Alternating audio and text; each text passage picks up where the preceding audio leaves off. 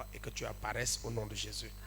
Que je diminue et que tu croisses, que je me taise et que tu parles. Seigneur, parle à nous que ce soit et aide-nous à nous réajuster au nom de Jésus.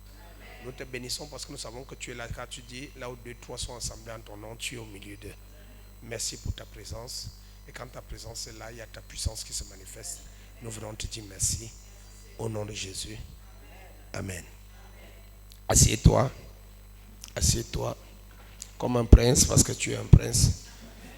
Qui sait qu'il est un prince en ce lieu? Qui sait qu'elle est une princesse? International. Amen. C'est pas moi qui le dis, c'est la Bible qui le dit. Nous sommes et dit, je vous avais dit, Somme 82, verset 6, vous êtes des dieux. Donc tu ne dois pas te regarder comme un homme ordinaire. Tu es un Dieu. Il dit que tu es un Dieu. Amen. Et le Dieu Tout-Puissant à qui nous sommes l'image, il dit, je vous ai fait à mon image et à ma ressemblance. Quand il s'est retrouvé à la Genèse, à la position de, la Bible dit, la terre était sans forme, la terre était vide.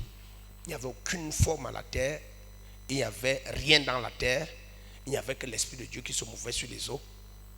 Dieu n'a pas paniqué. Quel que soit le manquement qu'il y a dans ta vie, quel que soit le désert qu'il y a dans ta vie, quelles que soient les ténèbres qu'il y a dans ta vie, quel que soit l'abîme qu'il y a dans ta vie, je veux te dire, ne panique pas parce que tu es un Dieu. Quelqu'un me suit? On t'a dit que les sorciers ont décidé que tu vas mourir à la fin de cette année. On a dit que ton nom est inscrit dans la liste rouge de ceux qui ne vont pas traverser 2023. On t'a dit que on a manipulé sur un hôtel satanique chez le plus grand pygmée, le plus grand sorcier. Tu es un Dieu, tu ne paniques pas. Tu ne paniques pas. Alléluia. Ne stresse pas, quelle que soit la situation que tu traverses dans ta chair, tu sens que ton corps là, ça ne donne pas. Tu vois que ta santé n'est pas au bon niveau. Tu vois que ça ne va pas, tout va mal. Dieu dit, tu es un Dieu. Et un Dieu ne panique pas. Un Dieu ne panique pas. Quelqu'un avec moi? Nous sommes des dieux.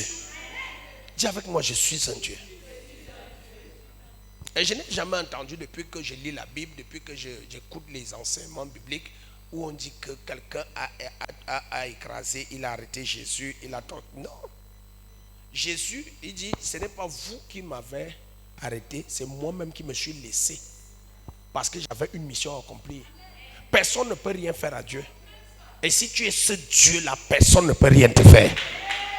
Il dit dans le livre de Nombres, chapitre 23, verset 23, il dit, l'enchantement ne peut rien faire contre Jacob, ni la divination contre Israël. Ça veut dire, l'enchantement, c'est quoi? C'est les manipulations, la petite sorcellerie, les prédictions maléfiques, la petite magie noire. Ça ne peut rien faire contre toi. La divination, c'est la sorcellerie, les pratiques occultes. Ça ne peut rien faire contre toi. Quelqu'un avec moi? Quelqu'un me suit? Il dit que 1000 tombent à ta gauche et 10 000 tombent à ta droite. Aucun malheur ne t'atteindra. On peut supposer que les gens sont morts dans ta famille. On dit que c'est le sorcier là qui les a tués. Il dit 1000 à ta gauche, 10 000 à ta droite. Aucun malheur ne va t'atteindre. Je veux que quelqu'un comprenne, qu'il mette dans sa tête qu'il est un intouchable. Tu es un intouchable. Personne ne peut manipuler ta destinée. La Bible dit que Balaam est parti. Balak a appelé Balaam. Il dit, va maudire le peuple d'Israël. Le peuple d'Israël, c'est qui? C'est toi et moi. Et quand Balaam arrive devant le peuple d'Israël, il veut sortir la malédiction. Il dit, vous êtes bénis. Il n'y a personne qui peut te maudire.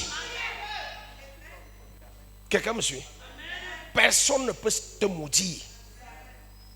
Ça veut dire quoi? Ça veut dire qu'en temps normal, si ce que tu traverses, ce que tu vis est le résultat de tes propres efforts.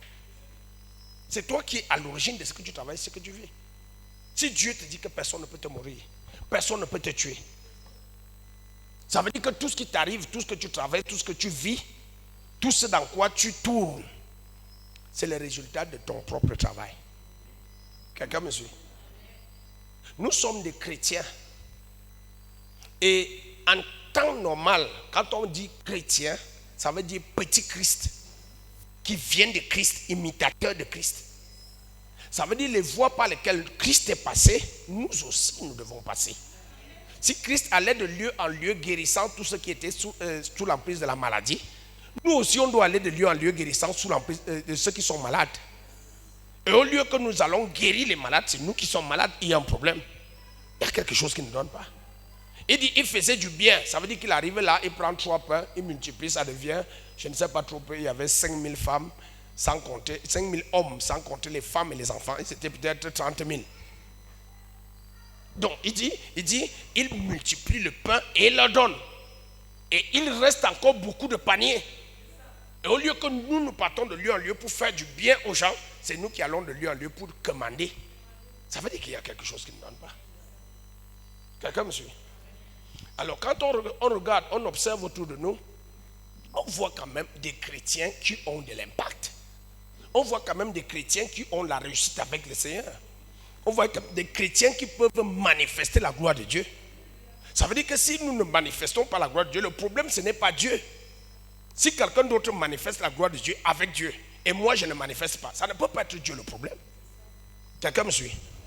Et la vérité c'est que nous percevons très mal les Écritures. Please, Madia, comment c'est dans here? Comment c'est dans here? Nous percevons très mal et nous comprenons très mal les Écritures. Et c'est ce qui fait aujourd'hui que nos églises et nos rassemblements chrétiens sont devenus presque des rencontres sociales. Rencontres sociales où on fait des formalités, on ne doit pas être absent de peur qu'on va nous donner l'amende. Mais l'impact même du christianisme et de la chrétienté, on ne le voit plus. Quelqu'un me suit? Ce qui est absolument faux. Et quand tu regardes dans tout le milieu chrétien aujourd'hui, que ce soit à New Jérusalem, que ce soit dans toutes les églises, la majorité, quand je dis toutes les églises, c'est en majorité, à 95%, on ne voit pas les résultats de la chrétienté dans les maisons de Dieu. Le problème n'est pas Dieu. La Bible dit dans le livre de Malachie chapitre 3, je crois le verset 6, Dieu il dit, je suis l'Éternel, je ne change pas. Je ne change pas. Si j'ai pu changer la vie de David, si j'ai pu changer la vie de Joseph, si j'ai pu changer la vie de Salomon, si j'ai pu me manifester au travers des disciples, je peux aussi le faire avec chacun d'entre vous. Dieu ne change pas. Quand tu lis Hébreux chapitre 13 verset 8, il dit Jésus est le même hier, aujourd'hui et éternellement. Quelqu'un me suit? Alors, nous voulons, quand nous parlons d'une vie chrétienne, si je dis une vie chrétienne victorieuse, c'est très mal dit. Vous savez pourquoi? Parce que quand on parle déjà de la vie chrétienne, elle doit être victorieuse. C'est un peu comme si je disais que Franck Biya doit être prospère. Ça a un sens. Ça n'a pas de sens. Il est né dans la prospérité. Il est héritier d'un homme prospère. En temps normal, s'il prospère aujourd'hui, ça ne va surprendre personne. De la même façon que chacun d'entre nous, en tant que chrétien, quand on dit nous sommes chrétiens, nous devons être dans la victoire. Mais aujourd'hui, ce n'est plus ça. Et c'est pour ça que, entre guillemets, on peut dire une vie chrétienne victorieuse. La vie, c'est quoi? L'existence. La vie, c'est le cours d'une existence. Le cours de l'existence d'un individu. C'est la période qui va de la naissance à la mort pour un individu. C'est ça la vie. Quelqu'un me suit? Quand on parle d'une vie chrétienne, un chrétien c'est quoi? Un chrétien c'est celui qui marche au pas sur les chemins, sur les voies de Christ. C'est un imitateur de Christ. C'est quelqu'un qui a la foi en Jésus-Christ. Quelqu'un me suit? Et quand on parle de victoire, on parle de triomphe. On parle de gagner un prix. Donc, ce soir, je voudrais nous parler de l'existence de chacun d'entre nous qui nous professons avoir la foi en Christ et qui doit nous mener dans la victoire. Nous devons avoir la victoire. Alors, on a lu 2 passages. Le premier dans le livre de Romains. La Bible dit au verset 37, nous savons que nous sommes plus que des vainqueurs. Qui parle? C'est le pasteur Martin. C'est le prophète Samuel. Qui parle? C'est Dieu. Dieu te donne une information. Il ne te pose pas une question, il te donne une information. Il te dit, tu es plus que victorieux. Tu es un victorieux. Quelqu'un me suit? Chacun de nous doit inculquer en lui-même qu'il est un victorieux. Ça veut dire que ta façon de marcher en route doit révéler que tu es un homme de victoire. Ta façon de parler, ton expression doit être alignée à la victoire. Je ne peux pas me tenir comme ça. Je sais que je dis que je suis victorieux et je dis, ouais, je vais manger quoi demain? Ça n'a pas de sens. Je ne peux pas dire que je suis victorieux et je dis, l'autre a dit qu'il va me tuer. Ça peut arriver. Hein. Ça, je révèle que je n'ai pas la victoire. Mais la Bible dit, nous sommes plus que des victorieux. Nous ne sommes pas des victorieux, nous ne sommes plus que les victorieux. Quelqu'un me suit? Ça ne dépend pas de la situation que nous traversons. Ça ne dépend pas de ce qu'on nous dit. Regardez une histoire comme, regardez le match qui s'est passé là le 28 octobre. Nous tous on connaît le match. Qui contre qui? Nganou Fury. On a dit que qui a gagné? Vous voyez Nganou en train de se balader en route, il dit que j'ai perdu un combat. Quand il arrive au Cameroun, il danse avec ces gens parce qu'il sait qu'il a gagné. Quoi qu'on dise, que les médias disent qu'on chante partout qu'il a perdu, il s'en fout. Et toi et moi avec. Parce que nous on connaît la vérité, c'est que Nganou a gagné. C'est la même chose avec ce que Dieu nous dit. Nous sommes des victorieux. Quand on me dit que je vais mourir demain, ça ne me regarde pas. Je sais que je suis un victorieux. Et un victorieux ne meurt pas. Si on me dit que je vais échouer dans ma vie, je ne gère pas l'autre là. Quelqu'un avec moi? On me dit que mon père a maudit, m'a maudit, ou bien mon oncle a parlé négativement. Ça ne me regarde pas. Tout ce que je sais, c'est que je suis. Écoutez-moi bien. Moi, dans ma victoire, si on me dit qu'il y a 14 malédictions posées sur ma tête, Dieu a posé une, je suppose. Le diable a posé une. Mon père a posé une. Toi, tu as posé une. Ça fait déjà 4, plus 10 autres. Tant que je peux avoir ma santé, je peux avoir mon argent, je peux avoir mes enfants, je peux avoir une église prospère, les malédictions là, je m'en fous. Quelqu'un avec moi? On peut dire que tu es un échec dans cette vie, mais tant que Dieu dit que tu es un victorieux, tu dois savoir que tu es un victorieux. Quelqu'un avec moi? Ta démarche va changer. Ton comportement va changer. Dans la louange, tu auras une autre attitude. Dans le travail, le service à l'église, tu auras une autre attitude. Yes. Quand tu vas à l'école, tu auras une autre attitude. Alléluia. Parce que tu connais ta nature. Amen. Donc dans le premier passage, nous avons lu, il dit, nous sommes plus que vainqueurs par celui qui nous a aimés. Et il commence maintenant à dire, ce n'est pas la vie ou la mort. Ce n'est pas le deuil ou la souffrance. Ce n'est pas un problème qui peut changer ça dans nos vies. Tout ce que je traverse et que j'expérimente tout au long de ma vie ne peut pas changer la mentalité que j'ai, la mentalité du victorieux. Quelqu'un me suit? Et si je sais que je suis victorieux, par exemple, dans le domaine des finances, je ne peux pas mettre à embêter mon voisinage, mes frères, mes soeurs, mes cousins, mes amis, qui ont un peu les 10 francs. Je ne les embête pas parce que je suis victorieux financièrement. 2, je ne peux pas venir me tenir devant Dieu pour dire, s'il te plaît, donne-moi les finances. S'il te plaît de quoi? S'il te plaît quoi? À qui? Je sais que je suis victorieux financièrement. Donc quand je viens vers Dieu, ce n'est pas une histoire de finances qu'on parle. Ça, c'est déjà un problème résolu. Quelqu'un me suit? Je prends le cas de la maladie physique. Si je sais que j'ai la victoire sur la maladie, je n'ai pas à importuner Dieu pour qu'il me donne la maladie et la santé. Je n'ai pas à l'importuner. Je ne peux importuner Dieu que si je sais que je n'ai pas la santé. Oh, je suis en train de proclamer quelque chose que Dieu ne proclame pas. Quelqu'un me comprend? Quelqu'un a envie de poser la question de savoir, est-ce qu'il ne faut pas prier pour pour la guérison. Quand je suis en train de parler comme ça, ce n'est pas ce que je dis. Prenons le quelqu'un qui a un compte en banque aujourd'hui. Qui a un compte en banque aujourd'hui? Tu as un compte en banque, tu as 1 million en banque. Dis-moi, lève la main. Prophétiquement, tu as un compte en banque. Amen. Alors, est-ce que avec tes 10 millions que tu as à Freeland, pour prendre ton argent, tu ne peux pas faire la queue? Tu ne peux pas faire la queue. Tu vas faire la queue. Même si tu as 1 million, tu vas faire la queue. Même si tu as 100 millions, tu vas faire la queue. Tu vas prendre ta carte et tu vas choquer. Mais s'il y a un problème de 500 000 qui se pose, tu vas paniquer.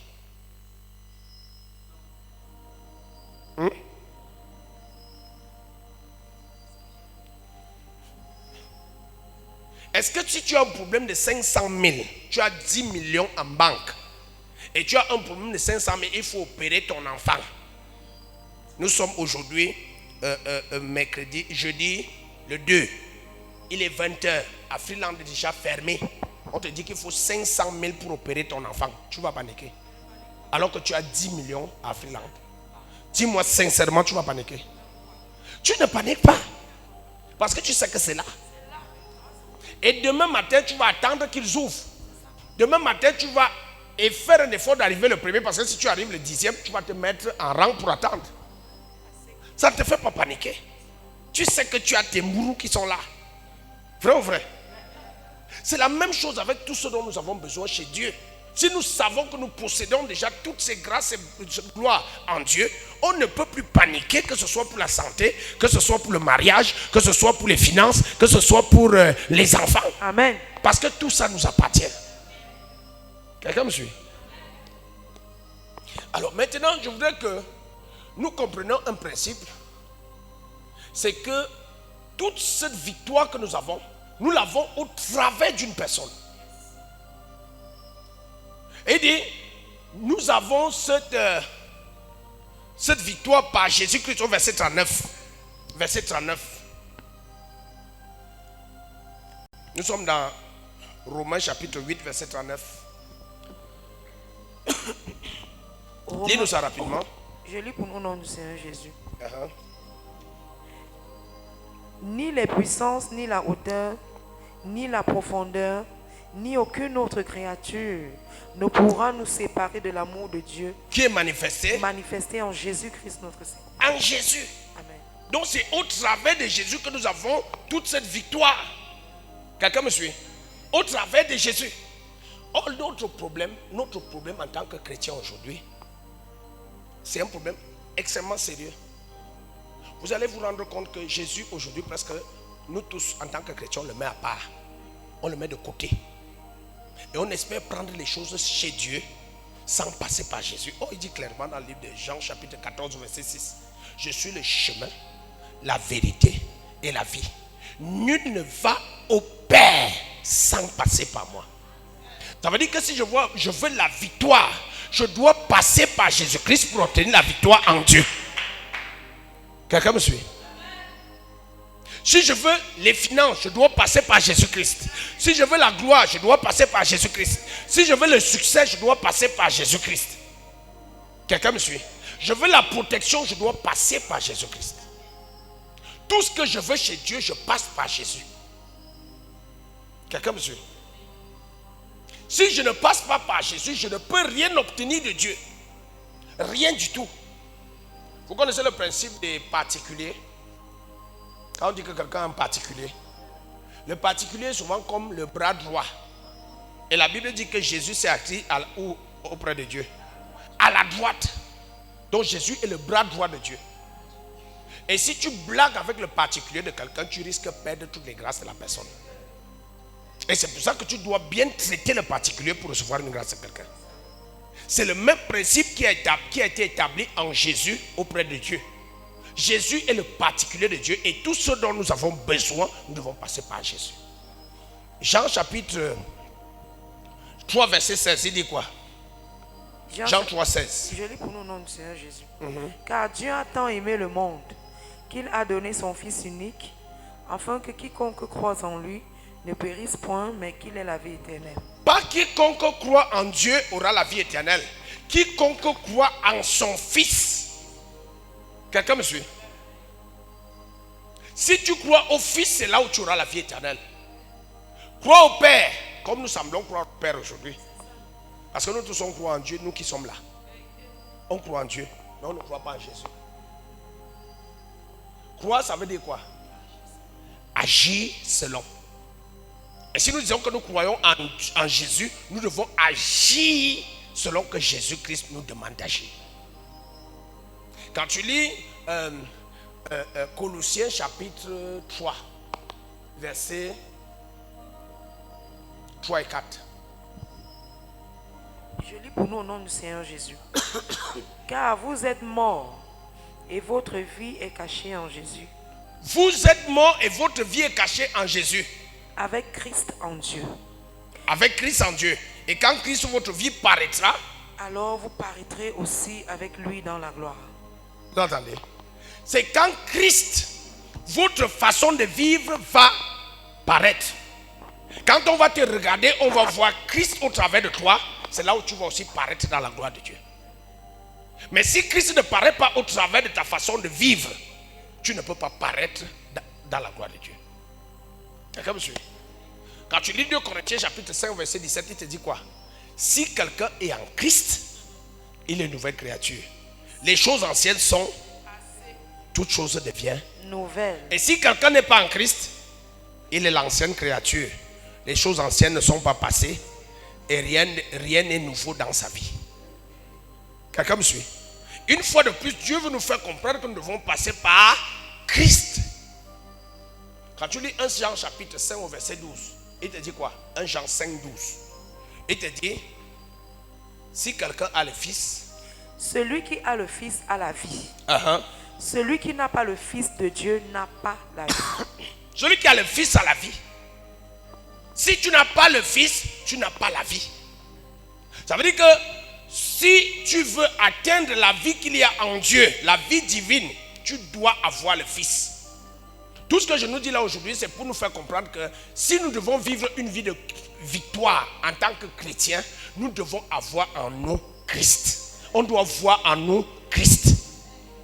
On doit refléter Christ. Quelqu'un me suit? Je veux la victoire dans tous les domaines de ma vie. Qui d'autre veut la victoire ici? Nous tous voulons la victoire contre la pauvreté, contre la maladie, contre le célibat, contre le chômage. Victoire contre Satan, contre les sorciers, contre les échecs et tout ce que nous connaissons, n'est-ce pas? Très bien.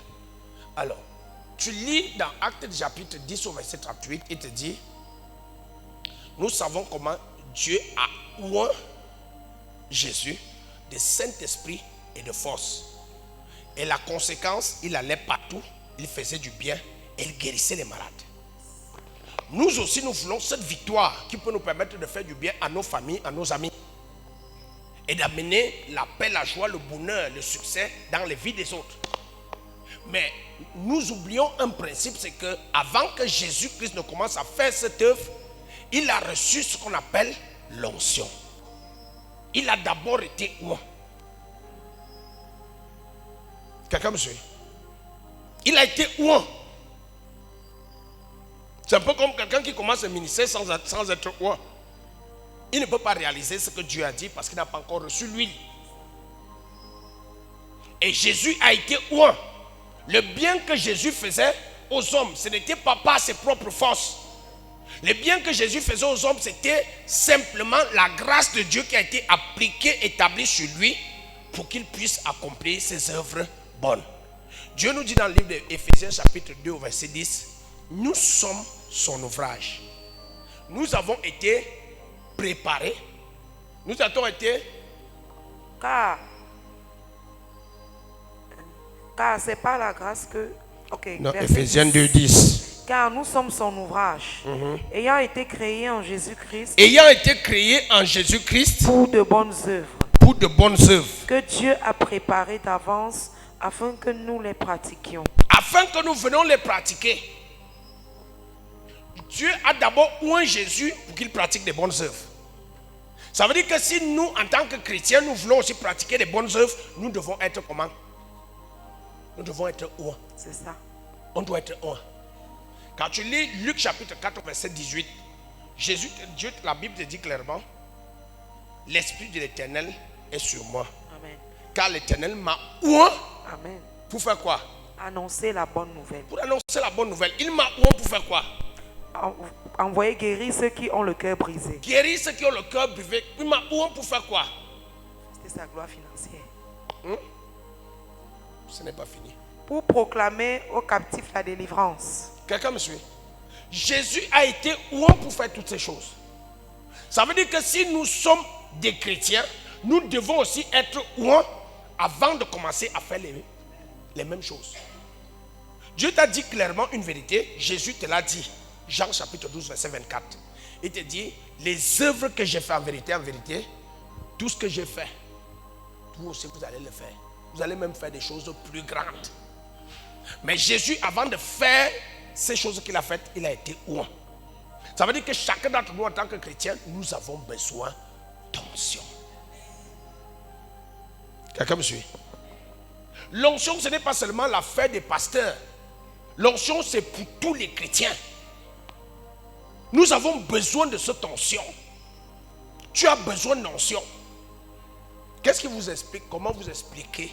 Dites-moi un peu. Vous entendez souvent les contes de fées. Parce que j'appelle ça les contes de fées. Parce que tu n'y crois pas. Mais moi j'y crois. Quelqu'un sort de chez lui le matin pour aller au travail. Quand il arrive à la poste centrale, il rencontre Photo Victor. Et Photo Victor dit, aujourd'hui là je t'ai changé ta vie. Et quand il revient au quartier, il te salue à distance parce qu'il est dans sa voiture. Tu appelles ça comment?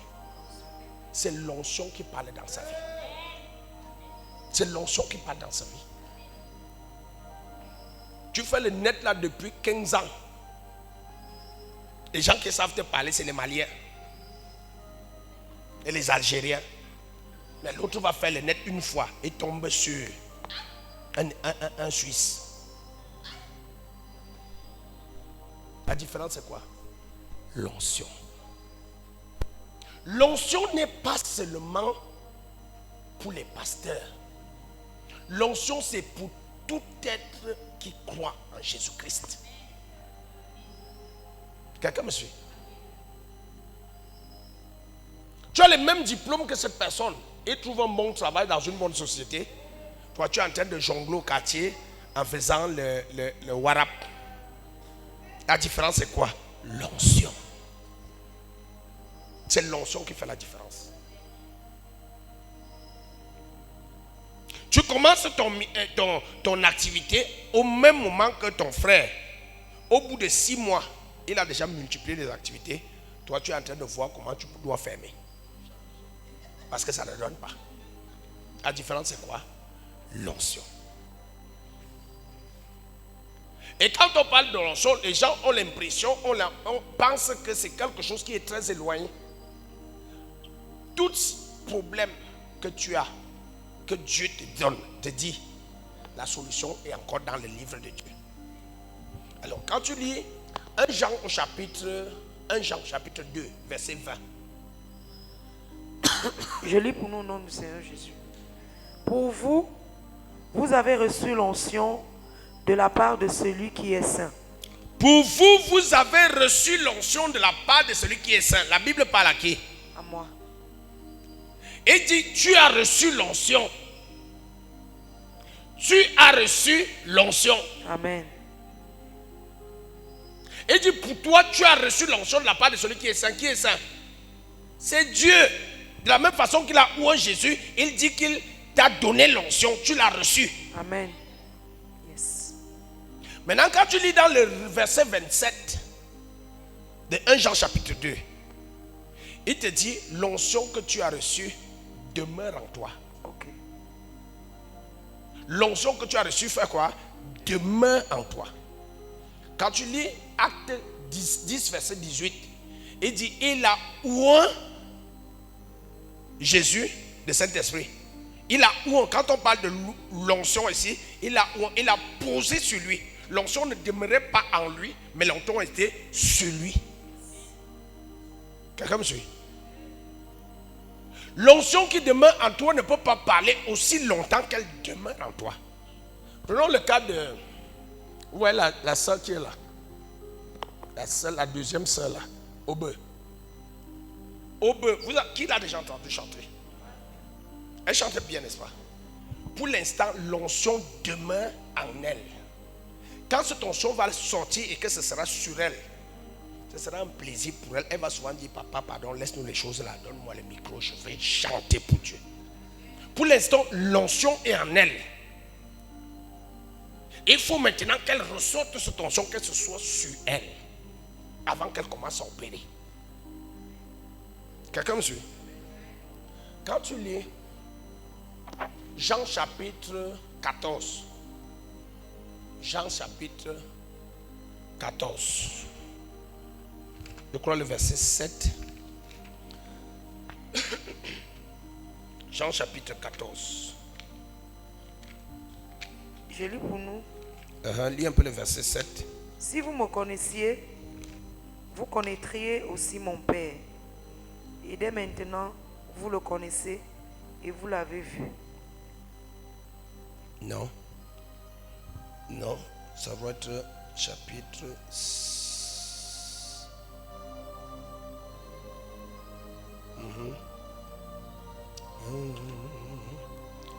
Il dit, il habite en vous. Là où il dit le consolateur habite en vous.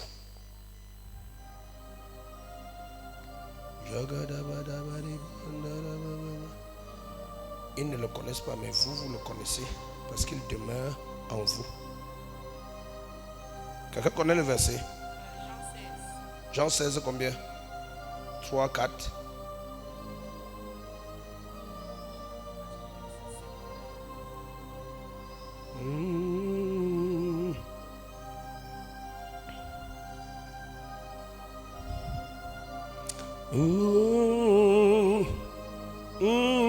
Ok, il y a un verset quelque part dans Jean 16, 14, 16 là-bas. Il dit, le Saint-Esprit demeure en vous. Le consolateur demeure en vous. Or, quand tu lis dans le livre des Actes des Apôtres, chapitre 1, verset 8, il dit, le Saint-Esprit survenant sur vous. Et vous serez mes témoins jusqu'aux extrémités de la terre. Ça veut dire que tant que l'onction est en nous, on ne peut pas en bénéficier. Jean 15, 26. Il dit quoi? Je lis pour nous, nom du Seigneur Jésus. Quand sera venu le consolateur que je vous enverrai de la part du Père, l'Esprit de vérité qui vient du Père, il rendra témoignage de moi. Non, le verset dit, il demeurera en vous. Il dit quelque part que vous, il ne le voit pas, mais vous le voyez parce qu'il est en vous. Amen, amen. Laissons ça comme ça, ça va nous distraire. Amen, amen. Donc Jean 14, 16, il dit le Saint-Esprit habite en nous, il demeure en nous. Mais dans le livre de Actes 1, 8, il dit il viendra sur vous et c'est à ce moment que vous serez mes témoins. Donc, dans le livre de 1 Jean, chapitre 2, verset 27, il dit l'onction que vous avez reçue demeure en vous. 1 Jean. Oui, on a déjà passé là-bas. 1 Jean 2, 27. Vous avez reçu l'onction et cette onction demeure en vous. Aussi longtemps que l'onction demeure en nous, elle ne peut pas nous permettre d'être victorieux.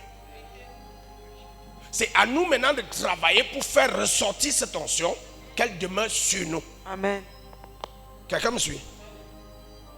Si nous voulons manifester donc la victoire que nous avons en Jésus-Christ, exactement comme Christ l'a manifesté, nous avons le devoir de faire venir l'onction sur nous. La Bible dit dans le livre de Jean chapitre 7, je crois verset 37, que celui qui a soif, Jean 7, je crois 37.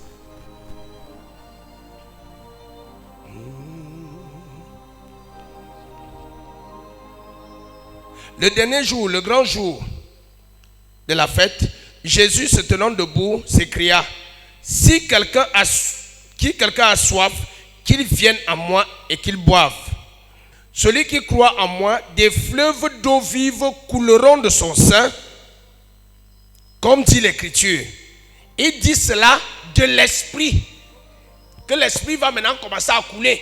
Au lieu de rester en nous, il va ressortir. Quelqu'un me suit? Ça veut dire quoi? Ça veut dire que si je veux avoir une vie chrétienne victorieuse, exactement comme Christ a manifesté une vie victorieuse, je me dois d'amener l'onction à s'établir sur moi. Je ne veux pas que quelqu'un pense que Dieu va lui donner une onction. C'est vrai que l'onction vient de Dieu. Pourquoi? Parce que tout ce que nous faisons pour manifester cette onction vient de la parole de Dieu. Mais Dieu ne viendra pas te oindre d'une autre manière sans que tu n'aies fait un travail. Ça veut dire que quand tu fais le travail, Dieu qui veille à sa parole, il va te donner le résultat de ton travail. Quelqu'un me suit?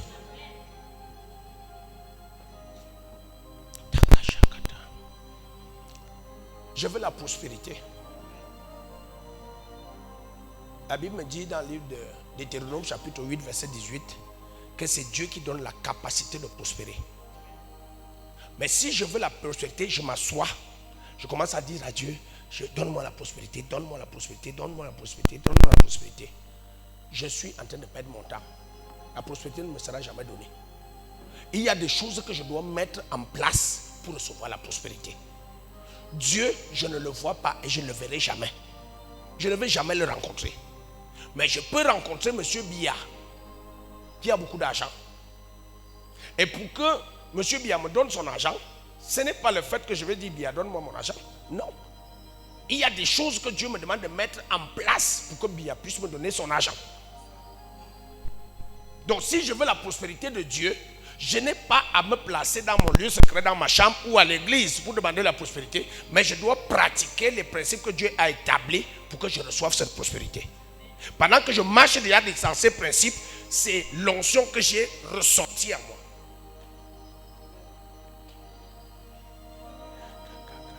Prenons le cas, qui veut le mariage? Je peux t'assurer, va à l'église, prends 1 million de programmes de 3 jours à sec. Que tu veux le mariage restant à l'église. Je ne suis pas sûr que tu auras un mariage. Je ne suis pas sûr. Je vous dis la vérité. Regardez-nous, pourquoi on ne se marie plus aujourd'hui à l'église? Parce que nous pensons que le petit trajet que nous prenons de notre maison à l'église suffit pour qu'on se marie. Tu veux te marier, va en ville. Va faire des rencontres avec des gens. Tu veux te marier, fais-toi draguer. Fais-toi draguer. Laisse qu'on te drague. Je parle à mes filles qui aujourd'hui ont Jésus en elles et elles ne supportent plus qu'on les drague. Mais chaque année, quand on va relâcher l'onction du mariage, elles vont saisir. Ça va venir comment? Laisse d'abord qu'on te drague.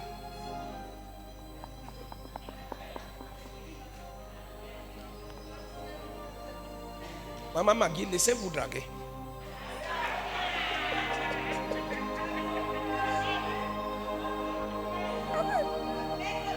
Parce que, regardez notre soeur Maman Magui, elle a donné sa vie au Seigneur. Elle a dit que vraiment, moi, je ne veux plus entendre même que quelqu'un parle dans mes oreilles. Mais quand on dit recevoir l'onction du mariage, elle dit je reçois.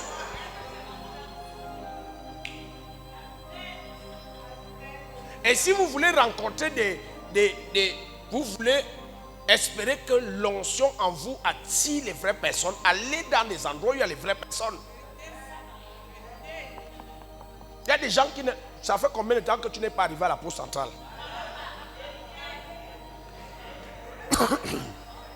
Sainte Anastasie, on a créé ça pour qui? Pour les païens. Les Hilton, c'est pour qui? Je suis sûr que depuis que tu es né, tu n'es jamais entré au Hilton.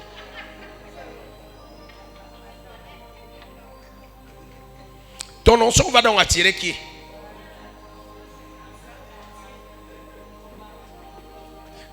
Ma mère dit l'onction va tirer les gens de la barrière et c'est la vérité. Tout ce que tu sais faire, tu sais que notre accès, s'il n'a plus de taxi, La seule chose que tu sais prendre, c'est la La moto. moto. Et quand le motoman est touché par l'onction, tu dis, je ne sors pas avec les motomans.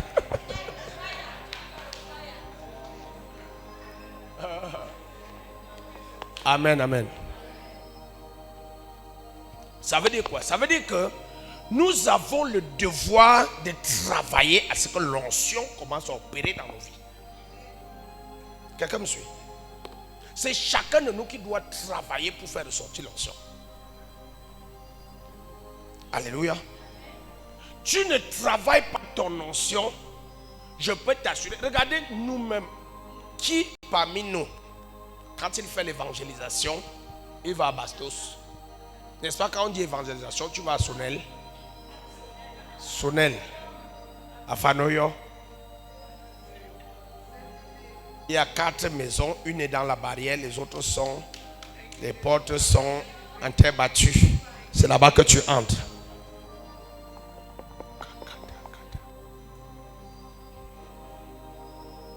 Amen.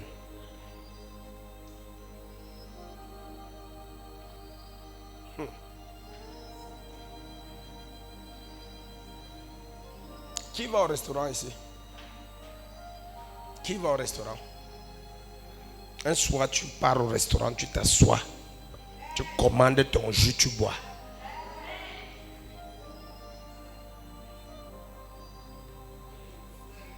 Oui, mais tu peux aller seul. Tu vas seul.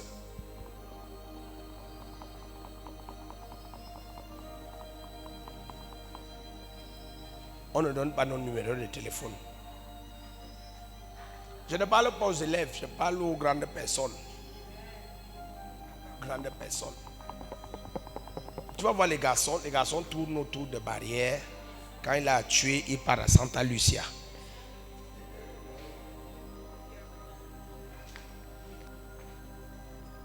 Qui est déjà arrivé au Mont Febesi?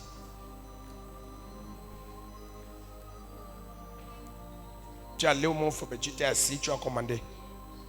Ou bien tu as accompagné quelqu'un, tu as attendu dans la voiture.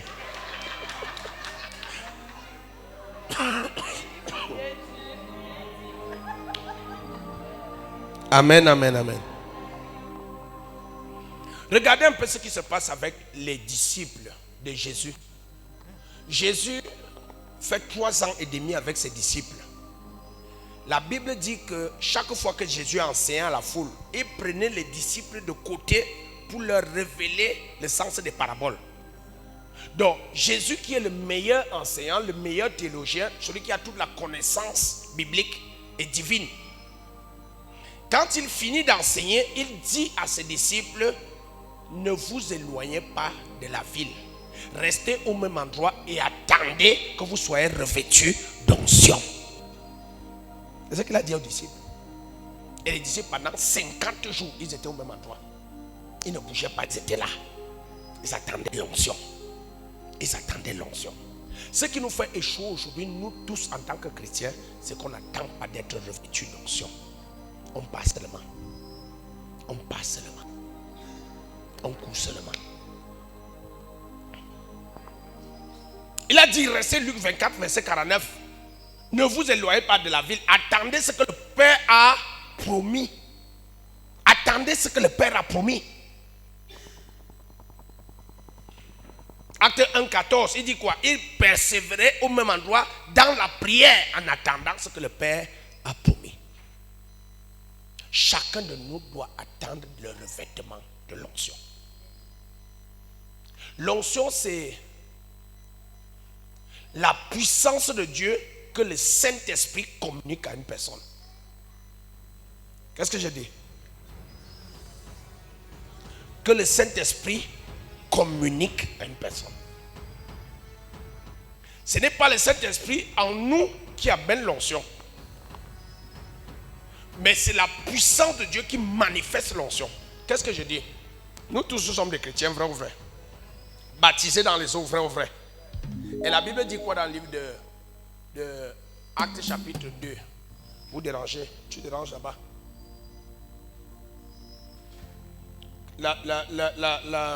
Actes chapitre 2 verset 38, il te dit quoi? Acte 2, 38. Quand les disciples, les hommes demandent à Pierre, que devons-nous faire? Qu'est-ce qu'il répond? Pierre leur dit, répentez-vous. Répentez-vous. Et que chacun de vous soit baptisé au nom de Jésus-Christ. Et que chacun de vous soit baptisé et baptisé au nom de Jésus-Christ pour le pardon de vos péchés. Et vous recevrez le don du Saint-Esprit. Et vous recevrez le don du Saint-Esprit. Ça veut dire qu'en tant que chrétien, tu as reçu le don du Saint-Esprit. Vrai ou vrai? Mais tu n'es pas encore revêtu de l'onction du Saint-Esprit. Ce que je veux que tu comprennes, c'est que ce n'est pas le Saint-Esprit qui amène l'onction. Le Saint-Esprit peut être en quelqu'un, mais ne manifeste pas l'onction comme il est en nous. Quelqu'un me suit? Est-ce que tu sais que quand l'onction de Dieu est sur toi, tu attires tout? Tu attires les ministres, tu attires les hommes financièrement établis, tu attires les motomanes, tu attires les sorciers, tu attires les pousseurs. Parce que l'onction attire. Quelqu'un me suit? Et maintenant, avec cette même onction, parce que l'onction, la Bible dit dans le livre de 1 Jean chapitre 2, verset 27, que l'onction nous enseigne. C'est la même onction qui va t'enseigner que celui-ci, chasse-le. L'autre là, chasse-le. Garde celui qui a beaucoup d'argent là. Amen. Alors, si j'ai le Saint-Esprit et que l'onction n'est pas manifestée, qu'est-ce que je dois faire? Il y a un travail à faire. Alléluia. Qu'est-ce que je dois faire donc pour manifester cette onction? J'ai dit l'onction est la puissance de Dieu que le Saint-Esprit manifeste dans la vie d'un homme, communique à la vie d'un homme. Qu'est-ce que je dois donc faire pour avoir cette onction? Si moi, pasteur Martin, avec l'esprit que vous connaissez là, c'est quoi? Faut m'enlever ça encore. Faut m'enlever ça. Je ne suis pas colérique. Je suis rigoureux. Je suis strict. Et pas colérique. Amen. Il dit, si je reste moi-même, je ne peux pas laisser, parce que l'onction du Saint-Esprit, c'est la puissance de Dieu, et Dieu est sa puissance. C'est Dieu. Je ne peux pas continuer d'agir en tant que pasteur Martin et je laisse, et l'onction vient aussi agir. Il y aura un... Quelqu'un me suit? La Bible dit que Jésus a reçu l'onction et il faisait du bien. Si toi, je sais que tu es très chiche, très avare, n'est-ce pas? Si l'onction vient sur toi et qu'il y a encore cet esprit d'avarice, il y aura un combat entre toi et l'onction. Quelqu'un me suit? Dieu dit dans le livre d'Hébreux au chapitre 12 au verset 14, recherchez la paix avec tous et la sanctification sans laquelle personne ne verra le Seigneur. Ça veut dire que s'il n'y a pas la paix que tu recherches, tu ne peux pas voir le Seigneur. Or, l'onction de Dieu, c'est la puissance de Dieu, c'est Dieu lui-même. Et Dieu est un Dieu de paix. Et le Dieu de paix écrasera bientôt Satan sur vos pieds. Si toi tu es encore un homme à querelle et que l'onction arrive, l'onction qui aime la paix, et il y aura un combat, non pas avec les sorciers, mais entre l'onction et toi. Et c'est pour ça que la première clé, si nous voulons voir cette onction agir, manifester en nous, on doit mourir en nous-mêmes. On doit mourir en nous-mêmes. Je dois mourir. Et vous allez voir, Dieu utilise des voies que parfois nous ne comprenons pas. Parce que si Dieu veut te tuer, quand je dis tuer, c'est mourir en toi. Parce que tu es trop colérique. Il va t'envoyer des gens qui vont te mettre en colère.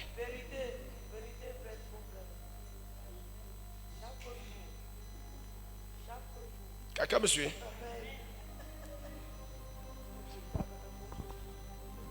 Si Dieu veut tuer le caractère d'avarice en toi, il va t'envoyer autour de toi des gens qui vont te demander tout le temps. Et vous allez faire la guerre tous les jours. Il te demande, tu lui donnes, il t'insulte, tu ne lui donnes pas, il t'insulte. Au point où, à un moment, quand il te demande, tu donnes, il commence à insulter, toi tu n'es plus au courant. Je dis que Dieu te bénisse. Dieu a déjà traité avec le problème d'avarice en toi. Quelqu'un me suit? Pour qu'il traite avec ton problème d'avidité financière, parce qu'il y a des gens qui sont avides d'argent, il va te mettre dans la disette. Quand tu aimes trop l'argent, Dieu va te faire passer par la pauvreté. Pour que tu enlèves ton cœur sur l'argent. Tu finis de travailler pour quelqu'un, tu as fait un bon travail, tout le monde apprécie, il ne te paye pas. Quelqu'un me suit? Donc, nous devons mourir à nous-mêmes. Ça ne doit plus être une histoire de toi. Tu vas voir beaucoup d'entre nous, serviteurs de Dieu, on prie pour quelqu'un, il guérit, la personne part. C'était le VIH. Il part, il ne vient plus. Le jour où tu l'appelles encore, il dit non, ne me dérange pas. Pourquoi? Dieu veut traiter dans ton cœur un certain caractère, d'attendre la gloire quand tu as communiqué quelque chose à quelqu'un. Quelqu'un me suit? Mourir à nous-mêmes, ça veut dire taire tous les désirs qui peuvent exister en nous. Que ce soit les désirs charnels, que ce soit les désirs financiers, que ce soit les désirs de se marier. Parce que il y a certaines personnes qui sont trop vivantes. Quand la saison de pluie commence, tu vas entendre les prières. Seigneur, je suis fatigué d'être seul. Pourquoi? C'est la chair qui le dérange. La chair le dérange, il est encore trop vivant. Oh Dieu, tu as dit dans ta parole, l'homme quittera. L'homme quittera, ce n'est pas pour toi. Nous sommes trop vivants. Trop vivants. Tu vas entendre tout le temps dans les églises, dans notre église ici même, tellement fait ceci, vraiment jusqu'à la gare, on ne se parle plus. Tu es trop vivant. Tu es trop vivant. J'ai aidé tel, et puis aujourd'hui, il a déjà un peu, il ne se souvient pas de moi. Tu es trop vivant. C'est pour ça que tu vas encore aider beaucoup de personnes dans ta pauvreté et ne vont pas se souvenir de toi. Jusqu'à ce que tu vas commencer à aider. Quand tu finis d'aider, tu dis ok, moi je sais que tu ne vas pas te souvenir de moi pour continuer ta route. Que Dieu te bénisse encore. Là, tu es déjà en train de tuer la chair.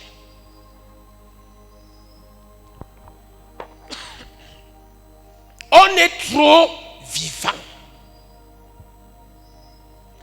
N'est-ce pas, vous avez lu dans le livre de 1 Samuel, on te dit que qu'est-ce que Pénina faisait à Anne? Elle mortifiait Anne tout le temps. Pénina, elle partageait le même mari, Elkana, avec Anne. Et Pénina pondait les enfants. On ne connaît aucun nom de l'enfant de Pénina. Aucun nom. Mais il suffit qu'elle voit Anne, même si elle n'est pas enceinte. Elle a déjà fait comme ça. Elle crache. Et Anne commence à pleurer. Oh Dieu, pourquoi tu me fais ça? Oh Dieu, vraiment, elle part à l'église. Regarde. Élie lui dit, laisse ça. Rentre à la maison, tu as bu l'alcool. Va là-bas. Tout ça, c'était pour tuer la chair de Anne. Quelqu'un me suit? Nous sommes trop vivants. Tant que tu es vivant, tu ne peux pas manifester l'onction. Quelqu'un me suit? Est-ce que vous savez, je vais vous donner une image de ce qu'on appelle l'onction. Ça va peut-être être un peu péjoratif. Qui a déjà vu une maison de deuil? Qui a déjà vu une maison de deuil ici? Qui est déjà entré dans une maison de deuil? Qu'est-ce qu'en majorité les gens font quand ils entrent dans une maison de deuil? Hein? Ils font quoi? Qu'est-ce qu'ils font? Ce n'est pas la prière. Non. Ils partent voir le corps. Parce que le corps a l'onction, il est mort.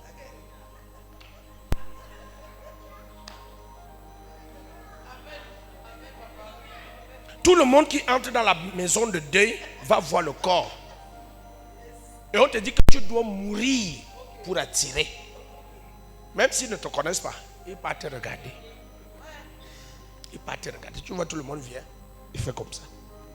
Sur un corps. Quand tu es vivant, on te fait la main comme ça. Mais quand tu es mort, on te fait comme ça. Parce que l'onction attire. Il faut mourir. Il faut mourir. Seigneur, je veux voyager. Seigneur, je veux me marier. Je veux les enfants. Tu es encore vivant. Parce que le type qui est dans le cercueil là-bas, il ne demande rien. Mettez son nœud papillon tordu. Il est couché là, il n'y a pas de problème. Il ne stresse pas. Venez le guetter, il y a l'eau qui commence à couler, ça ne le dérange pas. Il est là. Vous cassez la vitre, il est là. Il ne pose aucun problème. Portez-le en plein soleil, placez-le là, il est couché. Aucun problème. Et c'est ça, la première chose que nous devons faire. Mourir à nous-mêmes. Regardez ce qu'on fait aujourd'hui. On harcèle, on dérange Dieu. Quel est le père ou la mère en ce lieu qui veut que son enfant jeûne 3 jours à sec pour qu'il le paye l'école, pour qu'il lui donne à manger? Je suis sûr d'une chose, c'est que nous tous ici, si Dieu nous fait prospérer, on va s'arranger à arranger la destinée de nos enfants. Mais enfin, ne nous demandez rien. On construit, on monte une entreprise. On monte une entreprise au nom de l'enfant. Quelqu'un me suit? Dieu n'a pas besoin qu'on le harcèle avec des biens matériels, des choses financières. Dieu n'a pas besoin de ça. Tout ce que tu dois faire, meurs. Quand on dit meurs en toi, mourir en soi, c'est pour vivre pour Dieu. Pour vivre pour Dieu. Et maintenant, quand tu es mort en toi et que tu vis pour Dieu, tes désirs, c'est de voir le royaume de Dieu, la volonté de Dieu s'accomplir. D'où la deuxième étape, si tu veux que l'onction opère, il faut porter les fardeaux de Dieu. Porter les fardeaux de Dieu. Porter les fardeaux de Dieu. On ne porte plus les fardeaux de Dieu aujourd'hui. Regardez notre belle église. Il n'y a pas de pianiste. Il n'y a pas de batteur. Il n'y a pas de chantre. Parce qu'on ne porte pas le fardeau de Dieu. Vous allez voir beaucoup d'entre nous, on est assidus à l'église. Et on intègre les départements de l'église. C'est la partie que vous n'aimez pas. Je vais continuer de parler. On porte les fardeaux de l'église quand on est au chômage. Mais dès qu'on nous trouve un travail où on nous paye 15 000, c'est fini. Je ne parle pas d'une personne, ça c'est l'attitude que nous tous nous avons. Moi-même je suis encore fidèle parce que je n'ai pas de travail. N'est-ce pas? Ça c'est notre attitude. Dieu te donne un travail de 50 000. Tu n'arrives plus à faire son travail. S'il te donne un travail de 500 000, tu vas faire comment? Tu vas faire comment?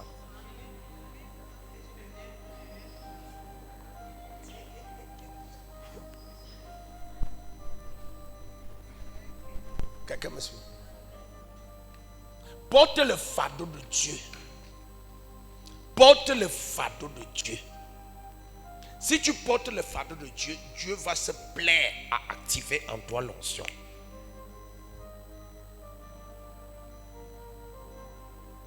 Quelqu'un me suit?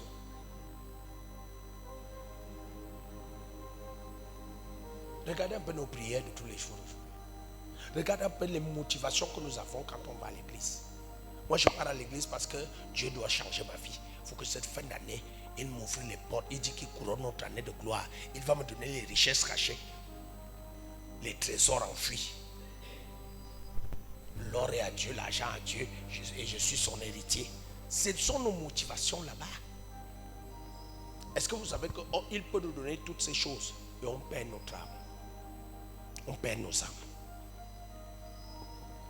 Ça veut dire que la première des choses que nous devons rechercher quand on va chez Dieu, ce n'est pas le matériel, ce n'est pas les finances, ce n'est pas la gloire de ce monde. La première chose, cherchez premièrement le royaume et la justice de Dieu. Qui parmi nous ici, en tant qu'être fait de chair, méchants comme nous sommes, peut avoir un enfant, une personne qui se consacre à lui pour porter sous ses fardeaux de lessive et de vaisselle et de nettoyage de sa maison, il reste indifférent par rapport à la personne. Si quelqu'un dit aujourd'hui, à partir d'aujourd'hui, c'est moi qui vais porter ce fardeau chez toi, je suis sûr que tu vas faire des efforts pour honorer la personne à la dimension de témoin. Combien de fois Dieu? Combien de fois Dieu? On est talentueux, on a beaucoup de dons, beaucoup de talents, mais on ne veut pas les mettre au service de Dieu. Parce qu'on a nos activités, on a nos fiancés, on a nos copains, on a nos maris.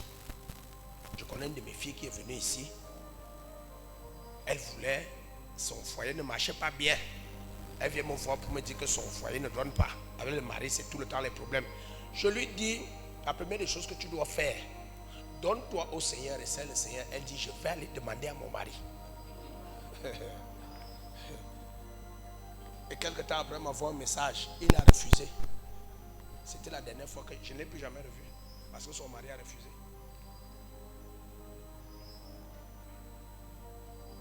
Nos motivations sont très fausses. Elles sont très mauvaises. Je peux te dire avec assurance et certitude que si tu te donnes à Dieu pour porter le fardeau de Dieu, Dieu va se plaire à t'honorer. Quelqu'un avec moi? Il va se plaire à t'honorer. Il y a certaines personnes qui disent je veux un travail. Est-ce que Dieu peut te donner un salaire qui est plus au-dessus du travail que tu veux sans que tu ne travailles? Tu le sais.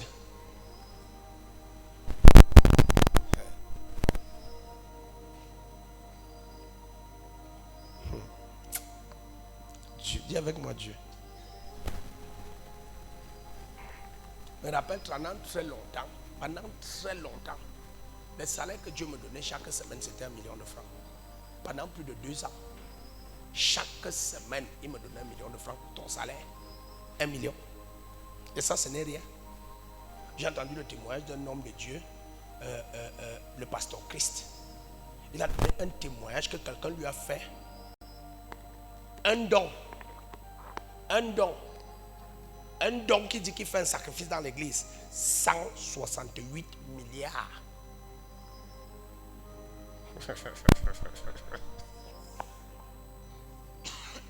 Authentique.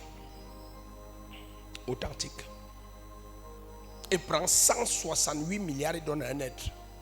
J'ai fait le don aussi, je sème dans ta vie, homme de Dieu. Raoul Wafo, que nous connaissons tous, c'est quelqu'un qui souffrait de pauvreté extrême. Il a quitté le Cameroun pour aller en Afrique, en Côte d'Ivoire. Il habitait dans une chambre, dans un milieu, dans un lobby. Il était pasteur, il avait une petite assemblée. Un monsieur est venu un jour, il a pris 150 millions de chèques. Il a signé ça, c'est pour toi. Ta vie a changé. Parce qu'il portait le fardeau de Dieu. Il portait le fardeau de Dieu. Quand tu portes le fardeau de Dieu, Dieu met à côté de toi, près de toi, autour de toi, des gens qui vont porter ton fardeau. Ce que tu dois rechercher, ce n'est pas le travail pour la qualification que tu as eu à l'école, pour les diplômes que tu as eu. Cherche à porter le fardeau de Dieu. Dieu peut te connecter avec des gens qui ont besoin de tes diplômes, mais même là-bas, tu ne vas pas travailler beaucoup, mais tu vas te payer. Ils vont te payer grandement. Quelqu'un me suit?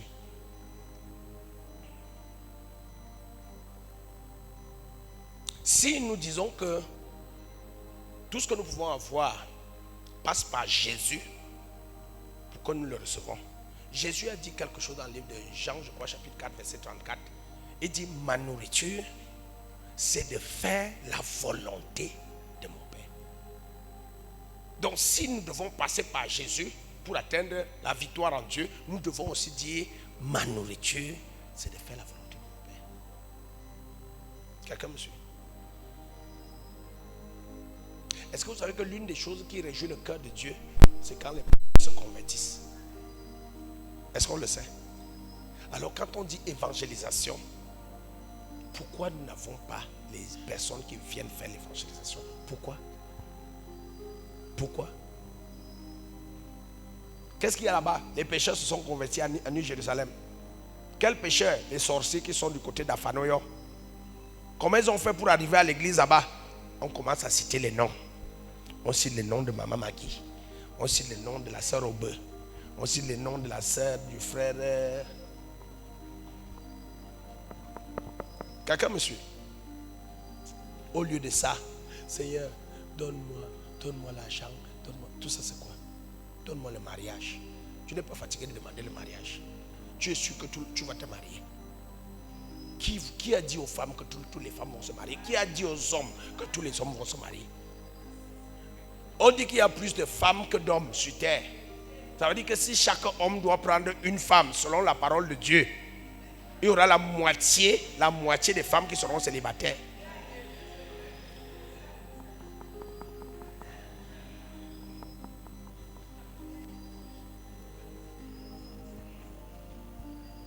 Alléluia.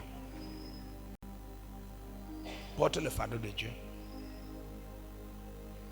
Dans une assemblée comme celle-ci, il y a beaucoup de choses à faire. Quand on dit porter le fardeau de Dieu, ce n'est pas seulement la louange ou les instruments. Il y a tellement de choses à faire. Il y a tellement de choses à faire. Si vous regardez le seau d'eau là, où on puise l'eau qu'une chrétienne a gracieusement offert pour le bien-être des enfants de New Jérusalem, si vous regardez ce seau, il est vide. Pourquoi? Parce que le petit Sandress n'a pas puisé l'eau. C'est lui qui puise l'eau dans sa puits. Toi, tu es là tous les jours. Tu ne viens jamais à l'église sans laisser l'eau là tranquille. Tu ne peux pas prendre l'engagement que tu vas aussi puiser l'eau. L'eau finit déjà ici à cause de toi.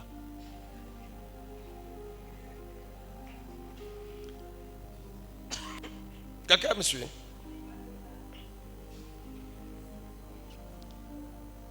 Amen. Porte le fardeau de Dieu. Porte le fardeau de Dieu.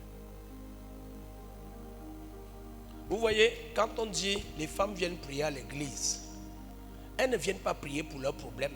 Elles ne viennent pas prier pour leur famille. Elles viennent prier pour l'église. Même ça, toi en tant que femme, tu ne peux pas venir. Tu ne peux pas venir. On va même faire comment avec toi? Dis-moi un peu. Tout ce que tu veux, c'est l'imposition de main. Quand on n'impose pas les mains, tu n'es pas content. Comme on a dit là que 4 dimanches de Sainte Seine pour le miracle. Ce qui est sûr, ça va se faire. Là, tu es content. C'est bien, c'est des choses. Dieu nous communique ça parce que nous avons établi, dit, je vais accomplir la parole de mes serviteurs. Ce que vous lirez sur la terre, je vais le lire au ciel. Ce que vous accorderez à me demander, je vais l'accomplir. Mais Dieu aussi a besoin que chacun d'entre nous se donne à lui dans un domaine. Tu fais même quoi avec ta vie? Tu regardes même autour de toi tous les jours, tu vois comment les gens partent. Tu vois comment les gens meurent là tous les jours. À quoi cela te servirait de gagner? Tu travailles au premier ministère. On t'a donné une voiture de service avec une voiture personnelle. Le jour où on te donne tout ça, Dieu te dit, pardon mon fils, tu es très fort, viens alors on reste ici. Ça va te servir à quoi? Ça va te servir à quoi? Est-ce que tu sais que quand tu es en train de servir Dieu, quand tu es en train de travailler pour Dieu, tu es en train de préparer une plateforme de bénédiction même pour ta génération à venir? Vous le savez. Parce que beaucoup se plaisent souvent à dire, oh tel a fait quoi? Est-ce qu'il prie? Est-ce qu'il s'intéresse même à Dieu? Mais Dieu le bénit. Donc moi je suis comme ça. Tu connais ce que ses aïeux ont fait. Tu connais ce que sa lignée a fait.